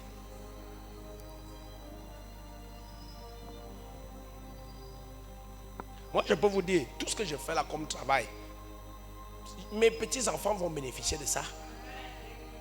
Ils vont bénéficier, ils ont enjoy. Maintenant, eux seront seulement en train de se balader, monter, descendre, et la grâce va les accompagner. Pourquoi? Parce que leur grand-père a fait un travail. Et c'est pour ça qu'on dit dans la Bible le Dieu d'Abraham, d'Isaac et Jacob. Et quand tu invoques ce Dieu, il te répond à cause d'Abraham, Isaac et Jacob. Tu ne veux rien laisser. Quel héritage tu vas laisser à tes enfants? Quelqu'un me suit? Donc la première chose, si tu veux l'onction, mourir. Mourir. Mourir. Sur toutes ses formes, mourir. Quand on parle de mourir, c'est te séparer. Tu vas voir une jeune fille aujourd'hui, elle a ses trois, le bon gars, le faroteur, le mougou. N'est-ce pas? On te dit, c'est l'une des choses que Dieu demande, c'est qu'on se sépare. Quand on dit que tu meurs, c'est que tu te sépares. Et puis quelqu'un va te dire, non, n'est-ce pas, j'ai laissé deux, je suis resté avec une personne. Tu n'es pas en commode. Tu n'es pas en commode. Il y a certains cadavres, le jour de leur veillée, le monsieur qui dérangeait sa femme, il vient regarder comme ça, il le reconnaît, mais il ne dit rien.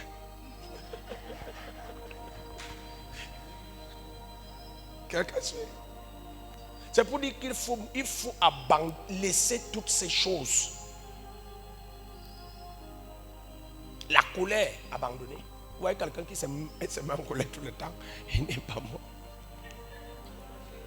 C'est la vérité.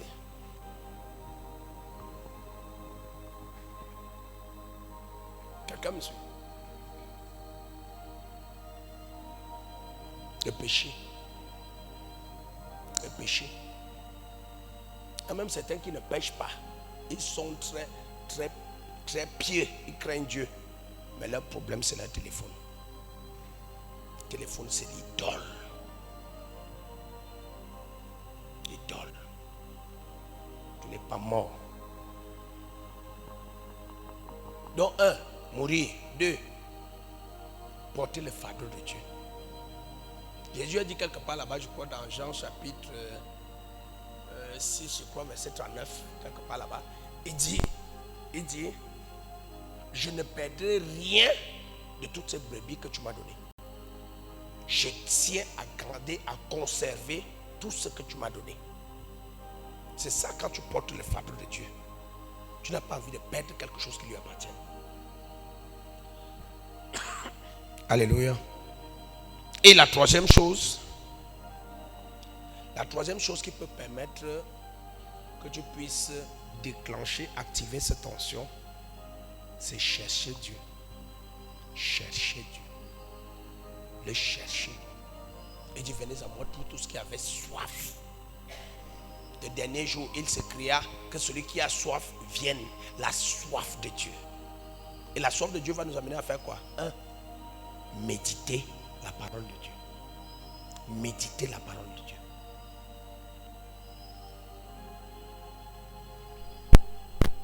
Qui a lu la Bible aujourd'hui? Lève la main si tu as lu. 3 personnes, 4 personnes, 5 personnes, 4 personnes et demie. Est-ce qu'elle fait ça?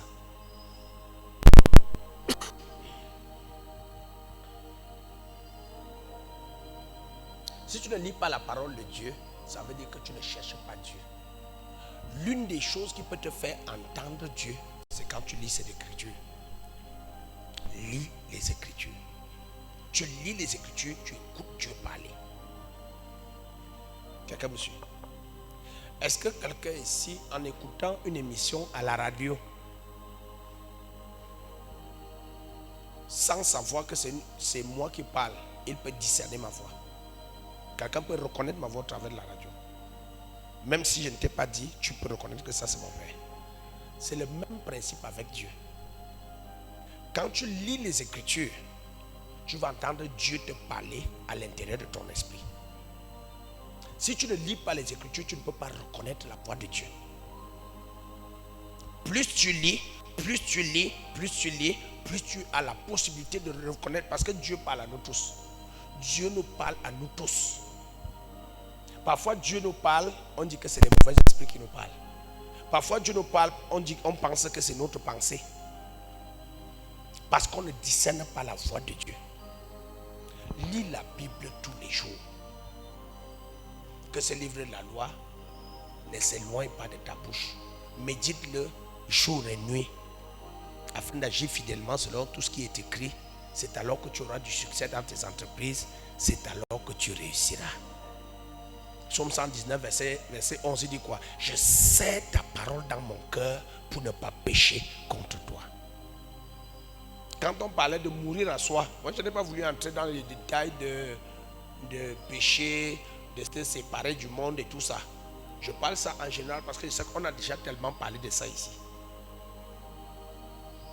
En lisant les Écritures, tu sais la parole dans ton cœur, ça va t'éviter de pécher. Et plus tu lis la Bible, plus tu arrives devant une situation, tu vas entendre la voix de Dieu résonner dans ton cœur que non, ne fais pas ça. Or, quand tu ne lis pas la Bible, tu ne discernes pas la voix de Dieu. Et dès que tu arrives dans une situation, tu fais ça bien même et correctement, tu entends la voix, tu dis, ah, dis donc, mes pensées là me dérangent. Hein. Moi-même, je suis trop dur avec moi-même. Et tu plonges dans ça, alors que c'est Dieu qui t'a parlé. Alléluia. Cherche Dieu. 1, dans la méditation de la parole. 2, dans la prière. Dans la prière. Cherche Dieu dans la prière. Et quand on parle de prière ici, ce n'est pas l'histoire là que tu dis, oh Dieu, je veux 1,403,000. Oh Dieu, protège-moi contre mes ennemis. Ce n'est pas ça, chercher Dieu. Tu cherches ton bien-être là-bas. Cherche Dieu. Ça veut dire, Seigneur, je veux te voir. Je veux ta présence. Je veux voir ta face. Je veux ton esprit. C'est ça, chercher Dieu. L'esprit de Dieu est Dieu. La Bible dit quoi? Jean 4, 24. Dieu est esprit. Ça veut dire que si tu cherches son esprit, c'est lui-même que tu cherches. Quand tu lis Matthieu chapitre 6, il te dit quoi? Il dit, quand vous priez, ne multipliez pas les vaines paroles comme le font les incirconcis qui pensent qu'à force de paroles, ils seront exaucés. Ce n'est pas les vaines paroles. Seigneur, je veux la voiture. Seigneur, je veux me marier. Tu vois que c'est déjà décembre. Est-ce que j'irai à Yafé seul? C'est les vaines paroles là-bas. La véritable prière que tu dois faire à Dieu tous les jours. Seigneur, je veux ton esprit. Montre-moi ta face. Je veux voir ta face. Je veux te rencontrer. Je veux expérimenter ta présence. J'ai besoin de toi, Seigneur. Et il n'y a pas deux prières. C'est la véritable prière que chacun de nous doit faire. Parce que quand tu fais cette prière, ça active l'onction. Et quand l'onction est établie sur toi, qui a déjà entendu que Jésus était malade? On a dit non. Les disciples étaient assemblés, ils attendaient que, avec le peuple, ils attendaient la parole de Jésus. On a dit il ne peut pas venir parce qu'il a la fièvre. Sans sens. L'onction, quand l'onction arrive en toi, te guérit d'abord toi-même. Tu ne demandes même pas à Dieu de te guérir, mais l'onction te guérit. Cherche Dieu dans la prière. Prie. Prie en langue. Prie en langue. Prie en langue. Parfois quand tu viens, Seigneur, je veux te voir. Moïse a dit quoi? Montre-moi ta gloire. Je veux voir ta face. Moïse a dit à Dieu, écoute-moi bien, mon Père. Si tu ne viens pas avec moi, je ne bouge pas. Je reste ici. C'est quand tu seras là que je vais avancer. Dis ça à Dieu. Est-ce que tu sais que le travail que tu veux là, tu peux l'avoir? Si Dieu n'est pas là, tu pars là-bas, on te lance un mauvais sort. Tu meurs quelque temps après. Tu sais que le travail là, tu peux l'avoir. Dès que tu pars là-bas, tu fais un mois, on te chasse. Si tu n'as pas Dieu. La seule personne qui peut te maintenir la gloire sur cette terre, c'est Dieu par le Saint-Esprit. C'est pour ça qu'il faut chercher Dieu. On cherche Dieu comment? La louange et l'adoration. La louange. Et dit, il siège au milieu de la louange de son peuple. Psaume 22, verset 4. C'est pour ça que quand je vois parfois, on fait la louange ici, les gens sont assis. Les gens ne peuvent pas danser. Ça me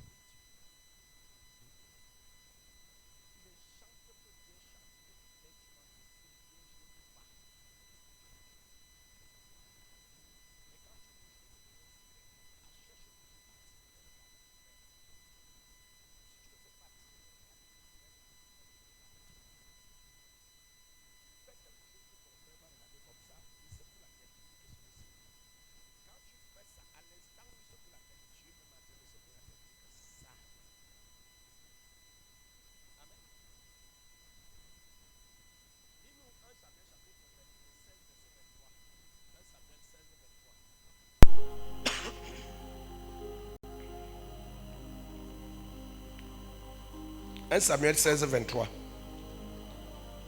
1 Samuel 16, 23. Je lis pour nous au nom du Seigneur Jésus. Et lorsque l'Esprit de Dieu était sur Saül, David prenait la harpe et jouait de sa main. David prenait de la harpe et jouait avec sa main, donc il louait Dieu. Et qu'est-ce qui se passait? Saül respirait alors plus à l'aise et se trouvait soulagé. Et Il respirait alors plus à l'aise et se trouvait soulagé quand David louait. Et le mauvais esprit se retirait de lui. Et le mauvais esprit se retirait de lui à cause de la louange. Celui qui te rend malade là, c'est un esprit.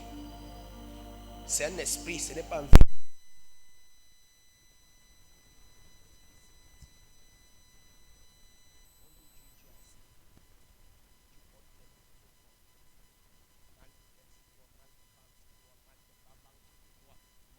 Dieu, mal de dents, tout ça c'est toi. On loue Dieu, tu es assis.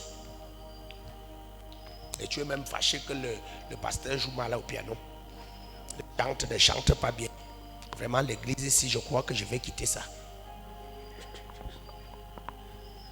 Alléluia.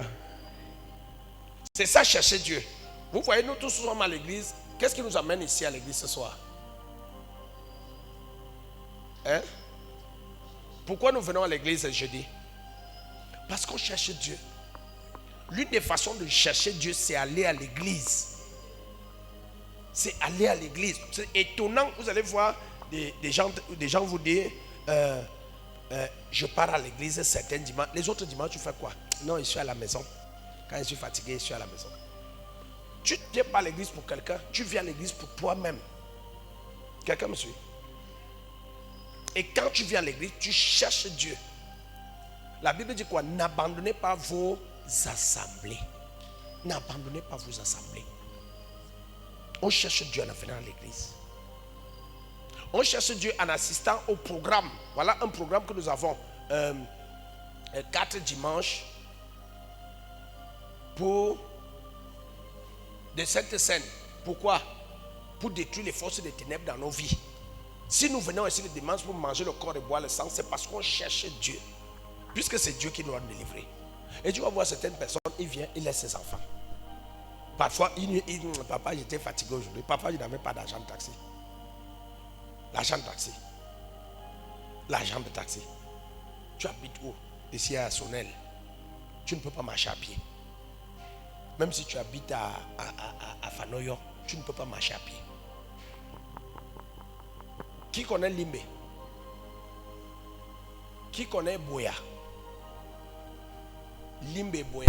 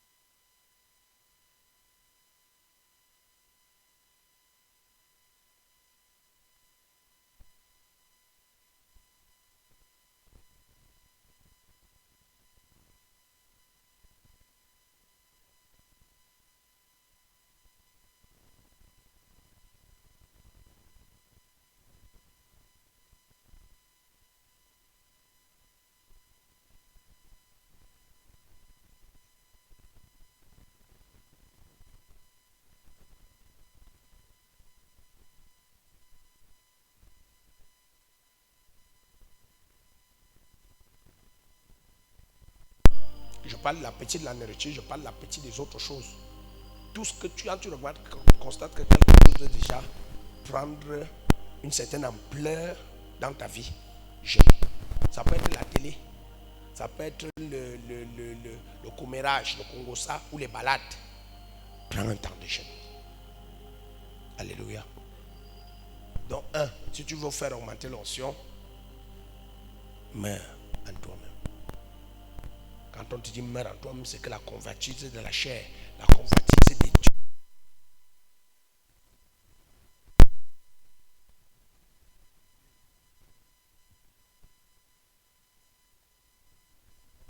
Pour que le royaume de Dieu puisse descendre et se manifester, le règne de Dieu soit établi. Amen. La troisième de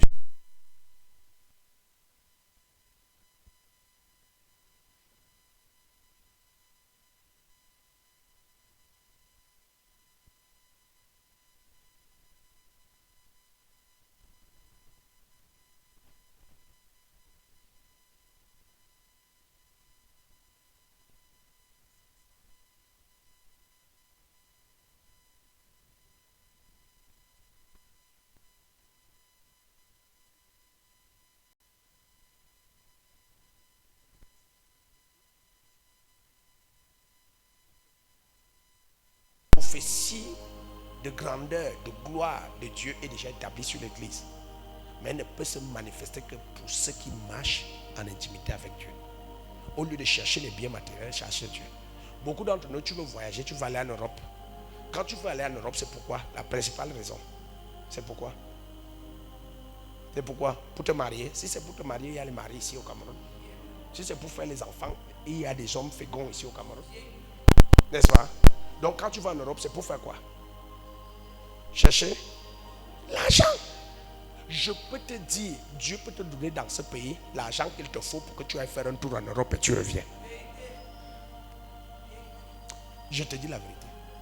Au lieu d'aller chercher l'argent là-bas pour amener ici Dieu te donne l'argent, tu peux faire un tour. 2 semaines à Miami. Toi aussi tu mets le bikini, tu vas à la plage. Tu fais les photos. Tu mets ça profil WhatsApp à Miami. Que Dieu te bénisse. Que Dieu te bénisse. Je veux que tu baisses ta tête et que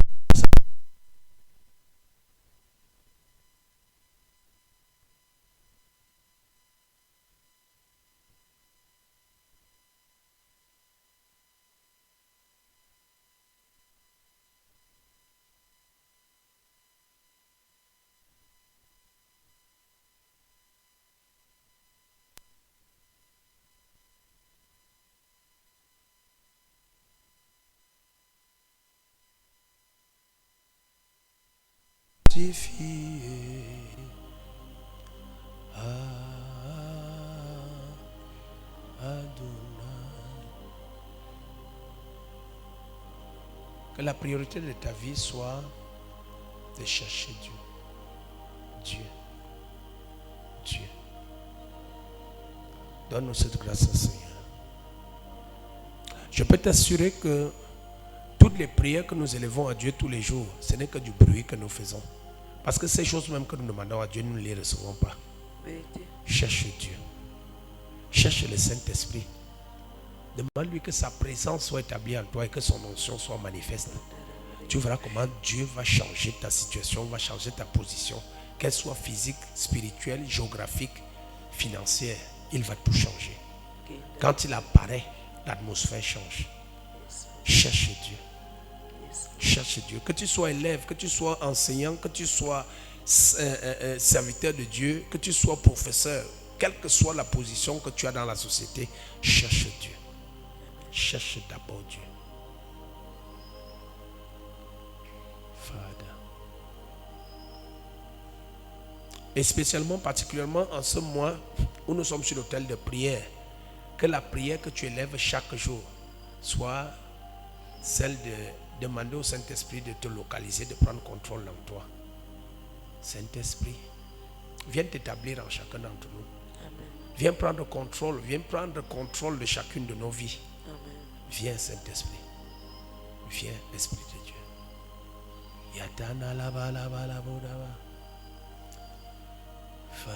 Quand le Saint-Esprit vient sur toi, quelle que soit la maladie, quelle que soit la honte, quel que soit le problème qu'il trouve, il le résout d'abord. Il le résout d'abord. Il le résout d'abord. Father, aide-nous. Oh Adonai.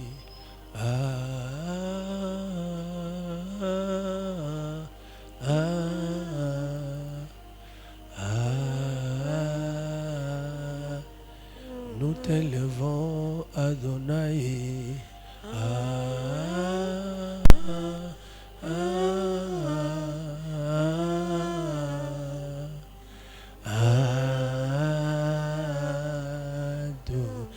Nous t'adorons Adonai.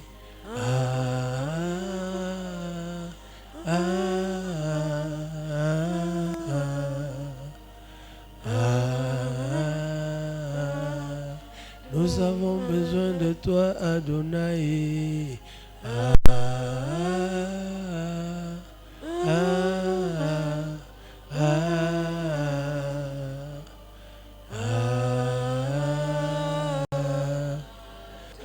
Tu es notre tout Adonai.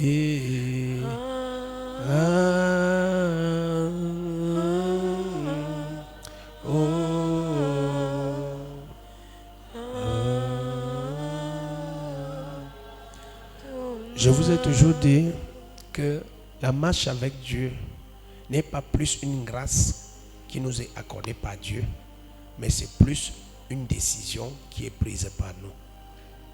Je vais te dire avec assurance, tu es mon enfant bien-aimé, tu es mon frère dans le Seigneur, tu es ma soeur en Christ. La seule véritable chose que tu peux véritablement, sincèrement chercher sur cette terre pour réussir avec Dieu, c'est Dieu lui-même. Dieu seul. Tu peux faire des bonnes prières, tu peux faire des longs jeûnes où tu demandes à Dieu de t'ouvrir les portes. C'est excellent, c'est parfait. Mais si tu cherches Dieu, il va te donner ce que l'œil n'a point vu. Amen. Ce que l'oreille n'a point entendu. Amen. Ce qui n'est point monté dans le cœur de l'homme. C'est ça qu'il a préparé pour ceux qui le cherchent.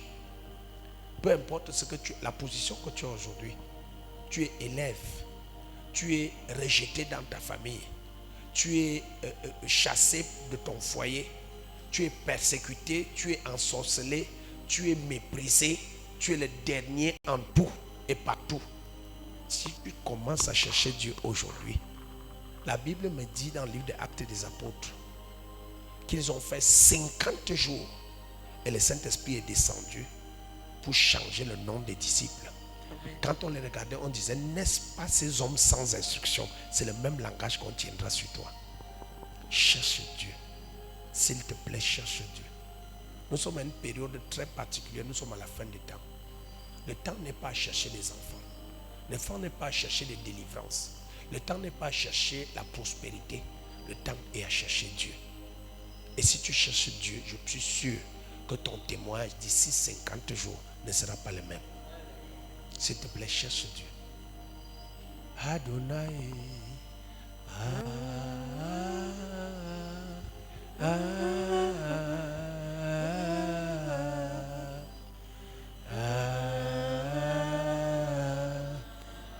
Chante avec moi, Adonai.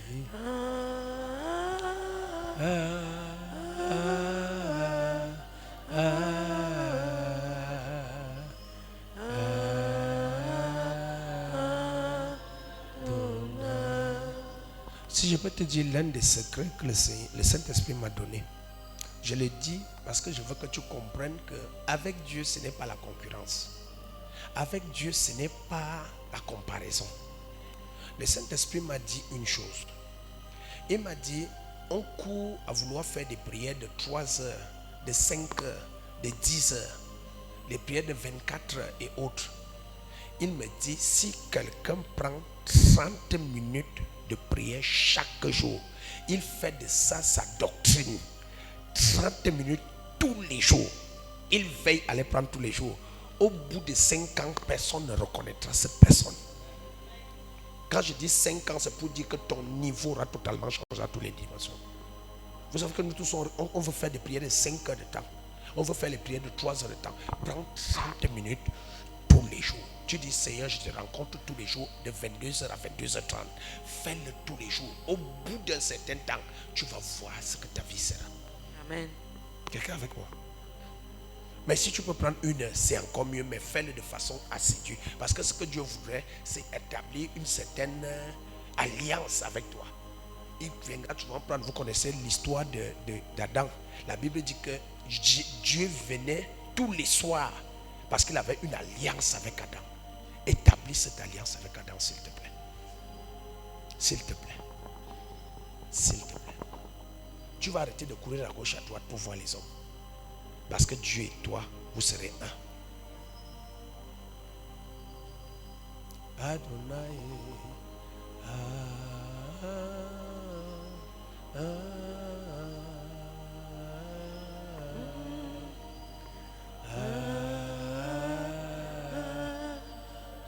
Soutiens-nous, Seigneur, dans nos faiblesses.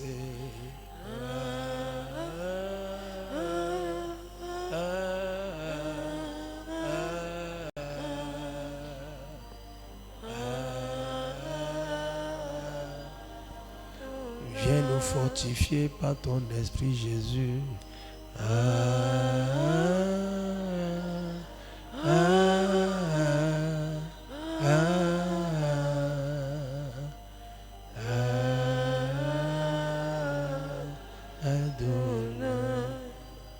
Toute personne au milieu de nous qui a écouté cette parole, qui a compris cette parole et qui veut marcher en fonction de cette parole, que le Saint-Esprit te fortifie. Amen. Et qui te donne la grâce de pouvoir te détacher de tout ce qui te trouble, de tout ce qui te perturbe, de tout ce qui t'embrouille et qui te perd du temps. Amen. Pour que tu t'attaches à lui seul. À partir d'aujourd'hui, qu'il soit le seul désir de ton cœur. Que ta volonté soit d'être dans sa présence. Que ton vœu soit de communier avec lui chaque jour de ta vie.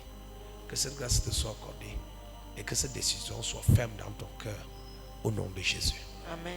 Toute personne qui se lèvera contre toi, que ce soit dans le monde physique, que ce soit dans le monde de l'esprit, à cause de cet engagement que tu as pris ce soir, que le Saint-Esprit l'expose au nom de Jésus.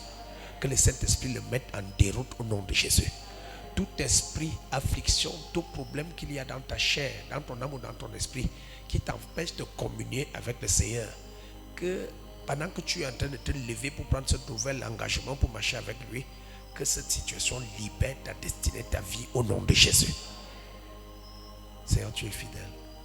Nous nous accordons ce soir à te demander un esprit de consécration totale, mais surtout un esprit de nous tenir sur l'autel de prière en ce mois de novembre. Cet esprit de grâce et de supplication qui peut faire que nous te recherchons dans la prière, que nous t'appelons, nous t'invoquons au travers de la prière sur l'autel de prière. Donne-nous la grâce de te chercher en ce mois. Donne-nous la grâce de te chercher en ce mois. S'il y a un homme pour prier et un Dieu pour exaucer, tout ce que nous pouvons demander à Dieu sur l'autel de prière, il peut nous l'accorder. C'est pourquoi je voudrais que le revêtement de prière soit sur chacun d'entre nous ce soir, tout au long de ce mois, afin que nous puissions voir les exploits avec Dieu, au nom de Jésus. Amen. Que Dieu bénisse ta vie. Amen. Que Dieu bénisse ton autel de prière. Amen. Que Dieu bénisse tes membres de prière. Amen. Qu'il écoute tes prières et qu'il t'exauce au nom de Jésus.